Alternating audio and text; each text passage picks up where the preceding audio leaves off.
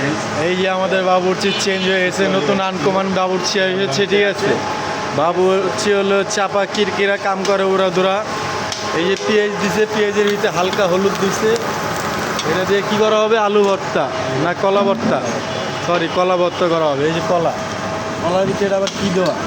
এই যে মেডিসিন দেওয়া। মেডিসিন, মশলা ফাঁকি দেওয়া, হ্যাঁ? কলা ভর্তার মশলা ফাঁকি।